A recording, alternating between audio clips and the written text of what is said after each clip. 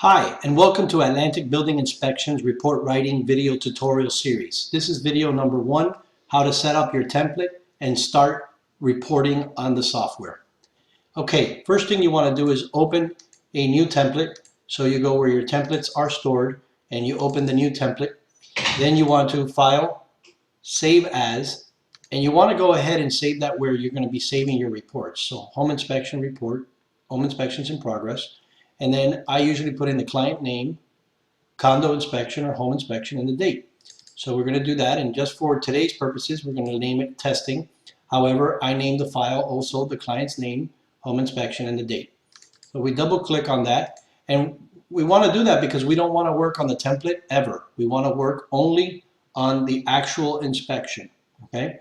And so the template always stays the same. Once we save as and we name it testing, then we go ahead and we work on that file instead of the template. All right, you're going to receive an email with your work order.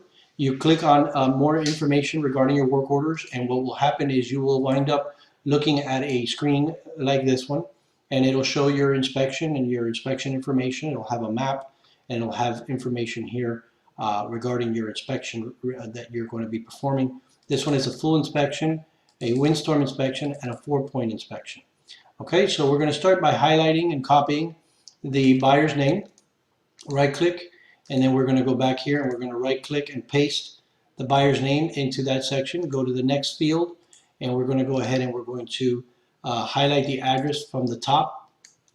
We are not going to highlight it from this area here. We're going to highlight it from up here. And then we're going to go ahead and right click and we're going to paste it. Then we're going to go to the next field and unlock our form, unprotect our form.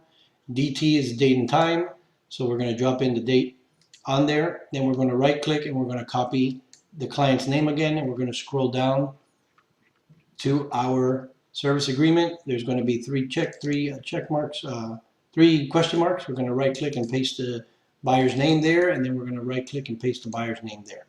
So if we go back to our work order, we're going to see that this inspection has already been signed. So we're going to go ahead and leave this signature on file.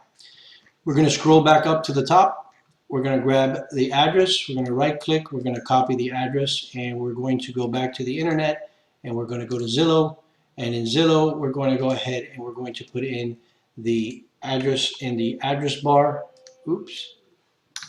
So let's go back here. Let's grab the address instead of the client's name.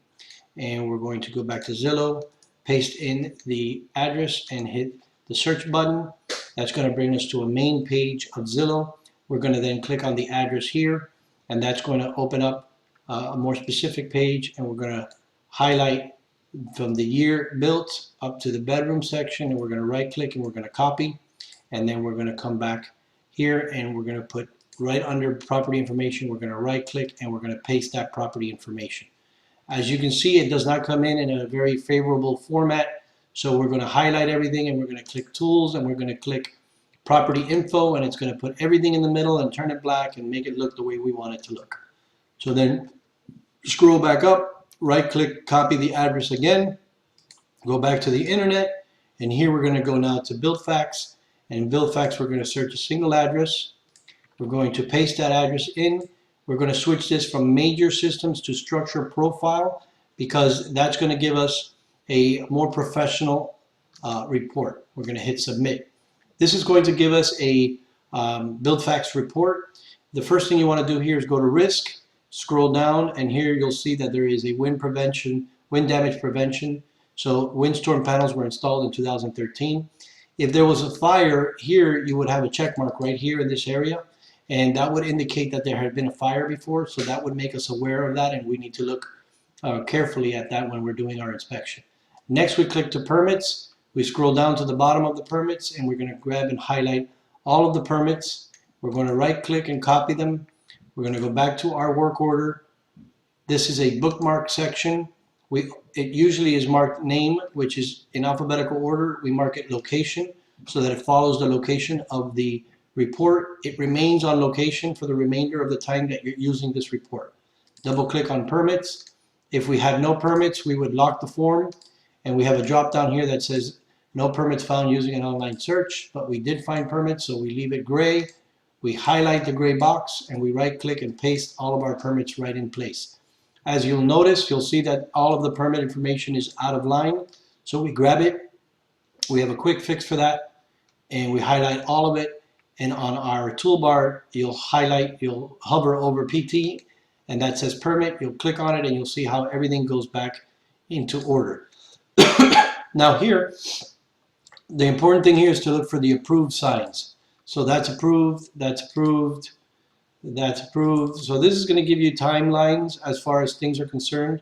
So here we have windows in 2013 and they were approved.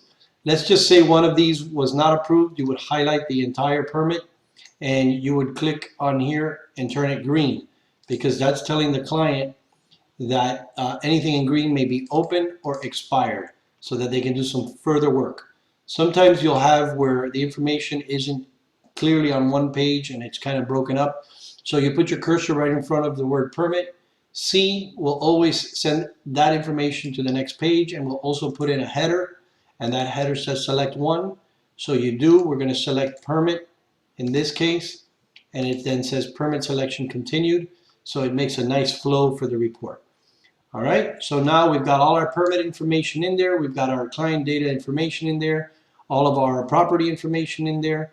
We've got the name of our client in the report service agreement section. And so we are now ready to start filling out our inspection report as we go. So stay tuned for video number 2. Thank you.